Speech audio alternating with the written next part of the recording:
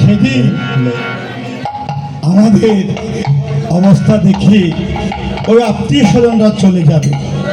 সেদিন গুরুদেব ছাড়া, গোবিন্দ ছাড়া আপন বলতে কেউ থাকবে না।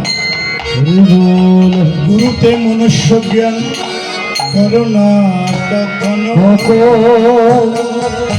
গুরু নিন্দা কবু কর্ণে করোনা শ্রবণ। গুরু নিন্দা যথা হয় তথা না যাইবে, গুরু নিন্দা মুখ করুণা হেরিবে।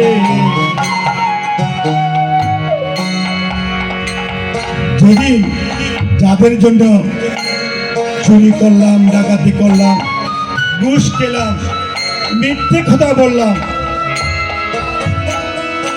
যদি তাদেরকে প্রশ্ন করা হয়, বাবা এই সংসারের ভরণ পোষণ চালাতে গিয়ে আমি মিথ্যের আশ্রয় নিয়েছি, অনেক সময় আমি মিথ্যে কথা বলেছি, ঘুষ খেয়েছি, আমার পাপ হয়েছে, আমার পাপের ভাগে কি তোরা হবে? সঙ্গে সঙ্গে বলবে, না বাবা, তুমি আমাদেরকে জন্ম দিয়েছ, আমাদের ভরণ পোষণের দায়িত্ব তোমার, তাতে কি তোমার পাপ হয়েছে নাকি পুণ্য হয়েছে সেটা আমাদের দেখার দায়িত্ব নেই।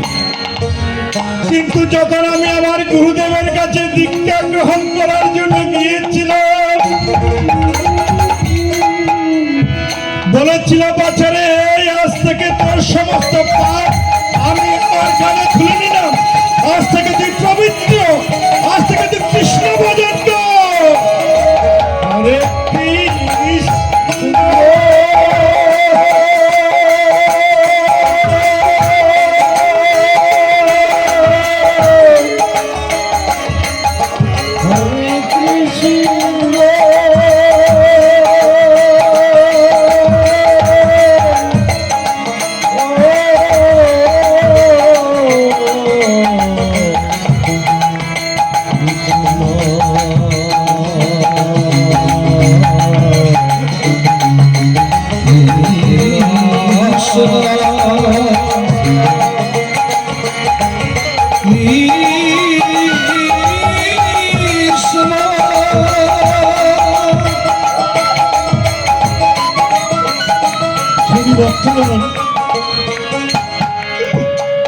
সেদিন আমাকে আমার মতো নরদমকে কৃপা করে আমার সমস্ত পাপ আমার গুরুদেবের খাদে নিয়ে আমার এই দেহকে পবিত্র করে দিয়েছে।